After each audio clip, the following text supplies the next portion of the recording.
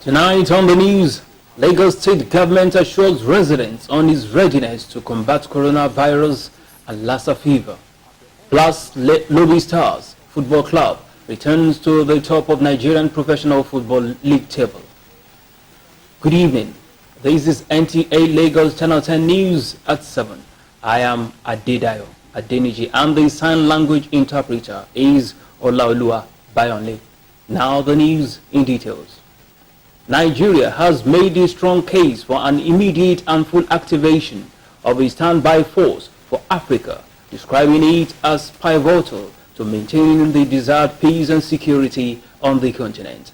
President Muhammadu Buhari, who stated this while addressing the 33rd AU Summit in Addis Ababa, Ethiopia, warned against flattery by the African Union on its collective defense mechanism.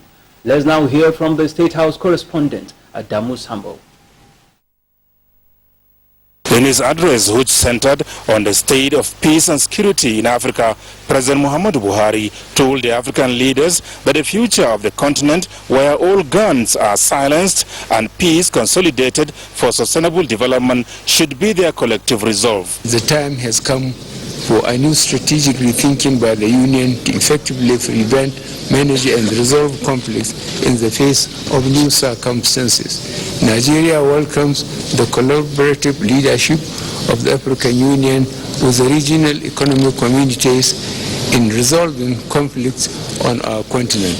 The African Union, he said, must not only aim for African-owned and led solutions in conflict situations for actionable response, but also be bolder to spearhead conflict prevention, mediation, and preventive diplomacy through enhanced synergy in the Peace and Security Council. The president said efforts must continue to be intensified towards mitigating the dreadful acts of terrorism in Libya, the Sahel, Lake Chad Basin, and parts of the Horn of Africa, so that the future of the continent can be effectively secured. We are very much encouraged by the decision of AU Peace and Security Council to adopt the regional stabilization strategy for the Lake Chad Basin and the renewal of the mandates of the multinational joint task force and the G5 Sahel joint force. We are hopeful that the Inter-Water Basin Transfer Initiative for the recharging of Lake Chad will address some of the drivers of terrorism.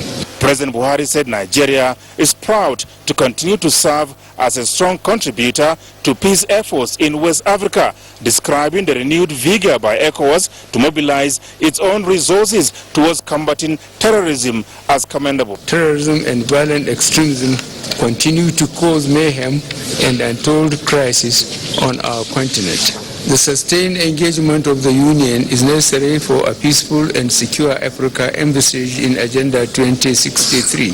While calling for full implementation of the AU Peace Fund, President Buhari, however, said Nigeria will fervently contest attempts to make Africa subsidize the primary responsibility of the United Nations as clearly provided in its charter. From Addis Ababa, Ethiopia, Adamu Sambu, NTA News. High-powered committee headed by President Christian Kabore of Burkina Faso has been set up to critically examine the issues surrounding the closure of Nigeria's land border and make recommendations on the best way forward. The heads of states and governments on the Economic Committee of West African states took the decision after an extraordinary meeting in Addis Ababa on the emergence of African Union Summit. State House correspondent, again Adamu Sambo, will tell us more. It was an intensive deliberations by the ECOWAS leaders on the closure of Nigeria's land borders, which the government blamed on security concerns, economic sabotage, as well as illicit drugs and human trafficking. The extraordinary session, presided over by ECOWAS chairman and president of Niger, Muhammadu Isufu, analyzed the resultant consequences of the action on the welfare and well-being of the country's neighbors. ECOWAS has appointed one of the presidents to go and undertake a study and discuss with all the protagonists, all the states concerned and actors concerned, and then come back as quickly as possible with a report, and which will then be studied, and then actions hopefully will be taken as a result of that. Why do you think Nigeria is not in a hurry to reopen our land borders? Well, because there was a mischief. There was a reason why the borders were closed, and obviously those causes have not been satisfactorily addressed. As you know what the causes were, there's illegal importation of huge quantities of rice, which threatens our food security, and there's also the issue of illegal smuggling of small arms and light weapons, and there's also the illegal smuggling of drugs, and all of those are having a huge and deleterious effect on our society. The meeting held behind closed doors also discussed the political impasse in Guinea-Bissau as well as the ECOWAS single currency initiative. The ECOWAS was informed by the head of the government of Guinea-Bissau that the Supreme Court decision is imminent today. Possibly it might come out, and that it's better to wait before taking any further decisions. On the single currency, I mean, the situation is just the same, that the countries that are not part of the CFA zone, feel that the convergence criteria for a single currency have not been met, and that it's not appropriate to rush into a single market when all the economic indices still need to be met. No date has yet been fixed for the resumption of talks by the ECOWAS leaders on the contentious issues affecting the sub-region. From Addis Ababa, Ethiopia, Adamu Sambu, NTA News. NTA Lagos 10:10 News continues after this timeout. Do stay with us. Hate speech is not a joke. It incites genocide and crimes against humanity. Most of Africa's civil wars are caused by hate speech from one tribe against another. We don't want it here. The Nigerian government stands firm against hate speech. I was distressed to notice that some of the comments, especially in the social media, have crossed our national red lines by daring to question our collective existence as a nation. This is a step too far. One nation bound in freedom, peace and unity. Nigeria, one nation, one people. This is a public service announcement brought to you by NTA. You're welcome back. The Lagos State government has assured residents of its preparedness to respond and combat public health emergencies such as coronavirus and Lassa fever. The Director General and Chief Executive Officer of the Lagos State Emergency Management Agency, Dr. Olufemi Oke Osonyitolu, gave the assurance during a press conference on the Lagos State government's preparedness for epidemics at Alausa. Nusa Osula reports. More than 900 people have now died in mainland China from the coronavirus that emerged in the central city of Wuhan at the end of last year, as the World Health Organization deployed an expert team to the country to investigate the outbreak. China's National Health Commission reported there were 97 new fatalities from the virus on February 9th, making Sunday the deadliest day so far. Epidemic preparedness constitutes all the activities that have to be undertaken from the national to the health facility levels to be ready to respond effectively to disease outbreaks. The Director General and Chief Executive Officer of the Lagos State Emergency Management Agency explained that the state government has established an integrated global alert and response system for epidemics such as the coronavirus and Lassa fever and other public health emergencies based on an effective system for coordinated response. The agency has constituted a 5-man committee on epidemic preparedness response plan. This committee is to engage and ensure strong collaboration of the agency with all the stakeholders to implement the epidemic preparedness response plan. The general manager added that the state's emergency numbers 767 and 112 are always available for residents to report genuinely suspected cases of contagious diseases. In Lagos, Musa Usula, NTA News.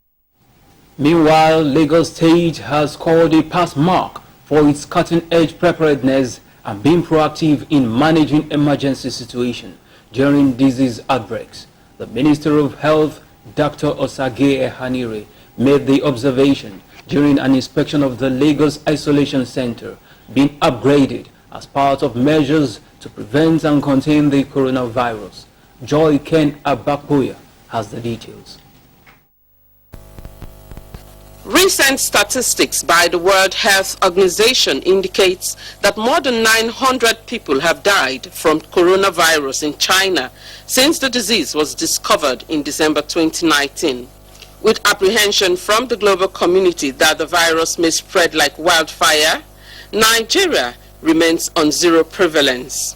To maintain the current no coronavirus status, the federal government is working with states to put adequate preventive and containment measures in place across the country.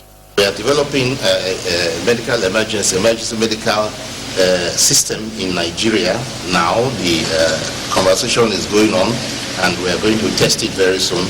Lagos is one of the states the Minister of Health, Dr. Osage Ehanire, has visited in the last 1 week to inspect the Center for Infectious Diseases Isolation Center and examine their preparedness to tackle cases that may arise or any biosecurity threats. I'm confident that Lagos is ready. They have the highest volume of air travel, so the preparedness here is more important than anywhere else. Our containment facility is being rapidly upscaled, and we're even building more bed space because we just have no idea what's going to happen. The minister, who made a stopover at the Federal Medical Stores, also visited the Murtala Muhammed International Airport, where he assessed health facilities and observed screening processes of travelers into the country. In Lagos, Joy Ken Abakuya, NTA News.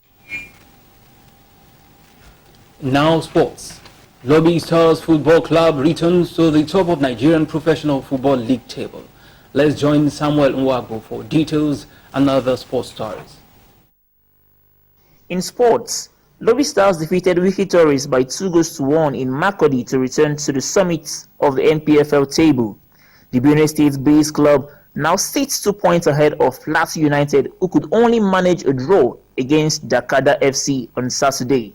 Meanwhile, the rented derby between Enyimba and Abia Warriors went the way of Enyimba, courtesy of a 2-1 victory, which takes them to 15th position in the league. In other games, it finished 0-0 between Akwa United and Enugu Rangers. Adamawa United defeated Atland FC by 1-0. Jigawa Golden Stars defeated Nasarawa United by 1-0 as well. Body Wolves lost away from home to Katsina United by 2-1.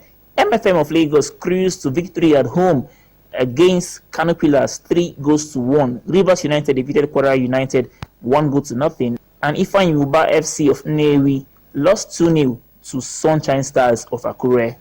Asisat Oshoala scored twice as she inspired the Barcelona ladies to a remarkable 10-1 victory against Real Sociedad in Sunday's maiden Spanish Women's Super Cup final. The Super Falcons star scored the winner in a size 3-2 triumph over Atletico Madrid in the semi-final of the competition to ensure a final date against the Spanish Cup champions in Salamanca. The four-time African Women's Player of the Year has now scored 19 goals in 22 games in all competitions this season.